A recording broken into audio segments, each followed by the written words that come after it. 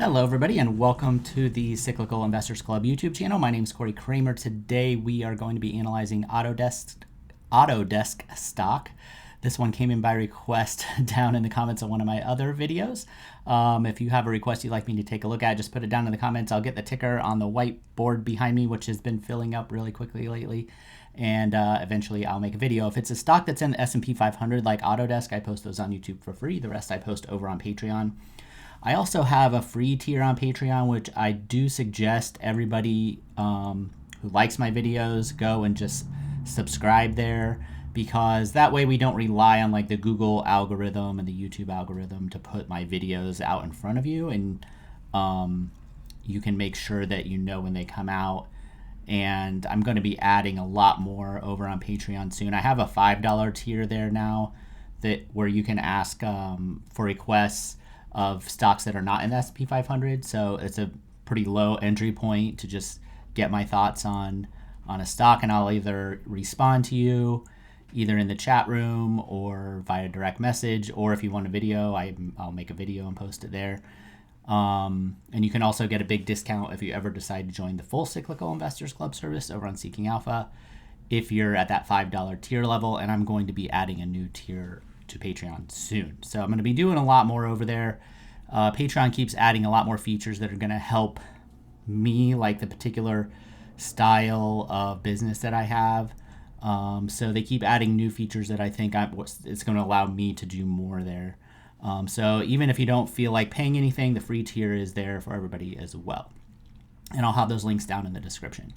I'll also have a link for 25% off fast graphs, which we're actually going to use quite a bit in this video. And that's down in the description as well.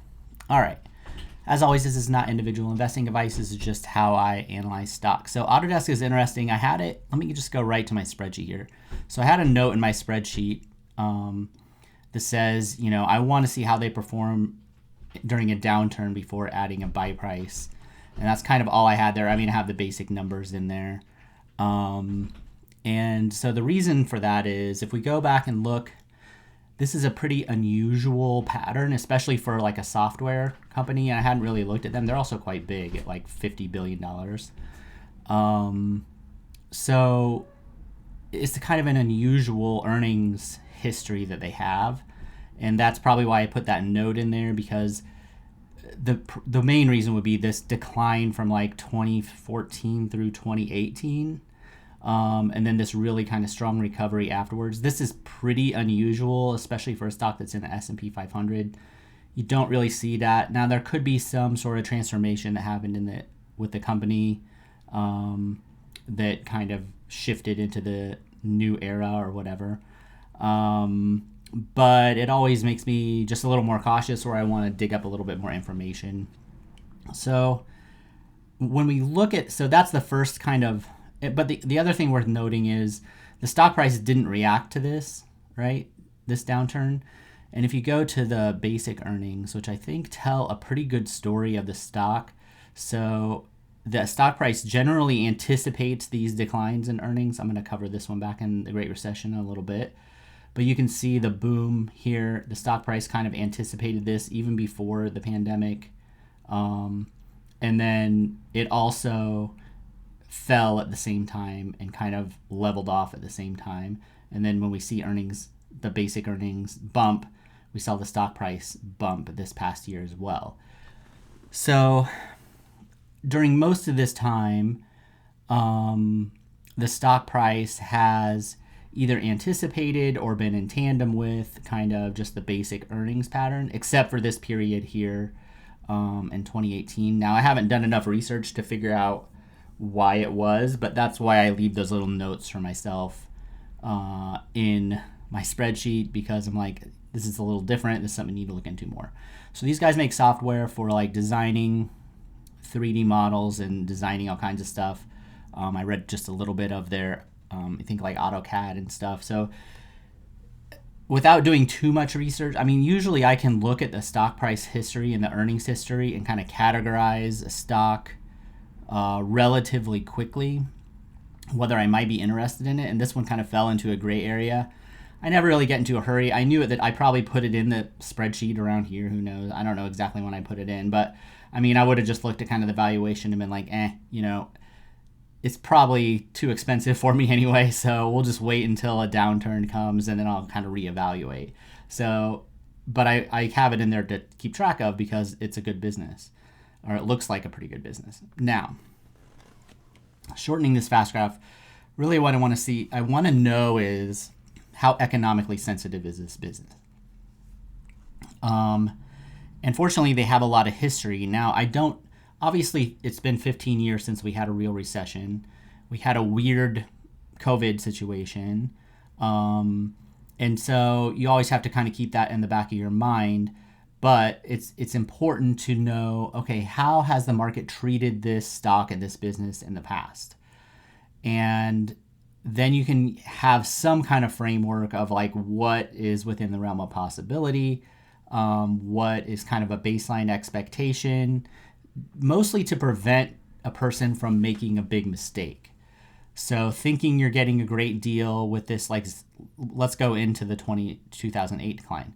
We have 110% growth, 44% earnings growth, a flat year basically, or slightly down, and then a 50%. So, I mean, earnings went from 40 cents a share to almost $2 a share in 5 years. That's extraordinary growth. And if you went and you said, oh, and it only trades at 28 times earnings, like at the peak here, that looks pretty reasonable, right? If you're getting, call it 50% growth a year at a 28 PE, right? There isn't a stock in the market right now that's doing that right now. So that looked good, but the problem was once there was a recession, their earnings over the course of 2 years fell over 50%, right? Or about almost exactly 50%. And so the stock price reaction to that when it happened was, I think it fell over 75%. Yeah. So probably close to 80% from peak to trough. And that would be if you bought the stock up here, even if you bought it in 2006 or whatever, right? Everybody that bought in here thought they were doing good and ended up not doing so good. Let's just pick, I don't know. I'll just pick this point right here, okay? And if you held it all the way through 2014, which it totally recovered by then. So 2005 to the beginning of 2014, that's like 9 years or something. You would have only had a 3.46% CAGR, right? So that's what you don't want to happen. And probably people that bought back in 2021 are going to experience a similar thing. But by going back and looking at what happened here, it can help us create a framework for how to think about investing in this stock. So now let's go back to today. We go back to today, and we have a time where earnings are still growing. There is no recession yet. And off these 2021 peaks, the stock fell, 50%. So now granted, that was overvalued probably by 50%. So this basically brought it down to a PE of where it was going into the Great Recession. And then there wasn't a recession this time yet. So it ended up bottoming. So this was basically just overvaluation based on these really fast earnings growth really they grew fast for another year on the adjusted earnings. So, but the basic earnings had fallen. So we get to a situation where I think it's not like these guys are immune to having the stock price fall, because we just saw it fall 50% outside of a recession. And they've had this really fast earnings growth period, not all dissimilar to that leading into the Great Recession. So for me, in the back of my mind, this is an economically sensitive business that's going to be tied toward business expansion, goods creation, industrial expansion, and all that sort of thing that just generally is involved with a growing economy. So if we have a recession of some sort at some point, I would expect, earnings to fall at least 1 year and maybe a couple years, like during the Great Recession. Just depends on how bad the slowdown is. And then during that time, we're at that same PE basically we were going into the Great Recession. I think the stock from here, not even from the old bubble peak in 2021, it could reasonably fall 50%, and during a normal slowdown recession, and then probably could go deeper if it's bad, right? So even though it looks reasonable, you've had fantastic growth coming out of the bottom, even since the pandemic, right? 45%, 25%, 31%, 15%. This year's expected to be 9%, so we see signs that things are slowing a little bit. That sort of growth would be fine to pay about a 30 PE for. So it kind of looks like fairly valued if there's no recession for like the next 5 years or something like that. So, but I don't like to buy when there's a risk of a mild recession creating a 50% drawdown in the stock. And then if things get really dicey, we saw it could fall 75, 80% from the same valuation in 2008. So I would get more interested if it was like half the price. That I don't have a buy price in there right now, but if we were in a recession and earnings did fall a year and the market kind of got spooked, it's at 250 now, at 125. Okay, now I'm doing extra work and I'm going in and I'm getting interested at that point.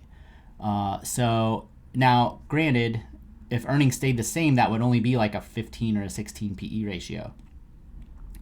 But remember, if earnings fell 50%, right? So it's possible earnings fall 50%, the stock price falls 50%, it still trades at a 30 PE. So you have the same PE with all the negative stuff priced in.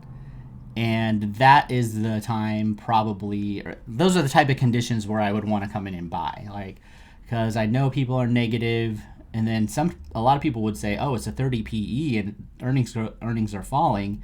That's how you get from a 50% drawdown to a 75% drawdown. Then things look really interesting, and that's when that's when you could really get a deal. Now, you never know if you're going to get that opportunity or not.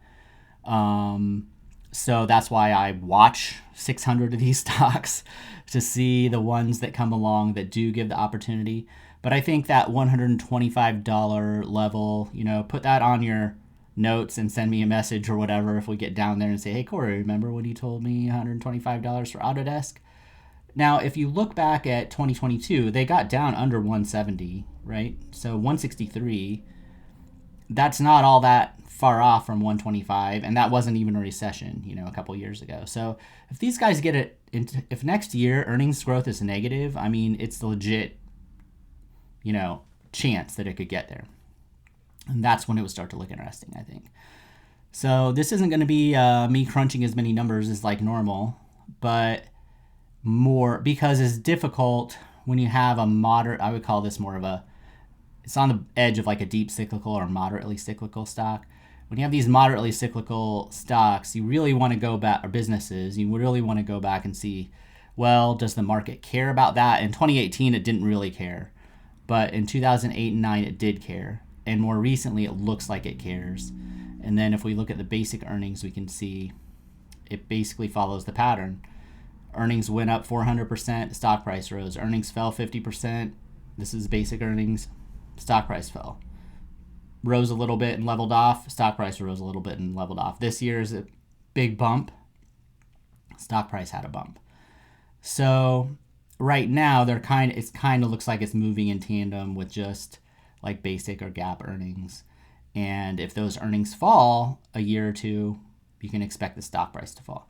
So interestingly, like we can even look at this, like 59% was the drawdown in earnings for 2022, right? Calendar year 2020, let's see, that would be 2021. And then around that same time, the stock price fell almost 50%. So almost exactly the same decline, right? So I think it's all going to depend on probably the macro business environment for these guys. And that's what I would keep an eye on. I like to buy when there's a margin of safety. So let's watch that 125 price, and then I'll kind of revisit and look into it deeper.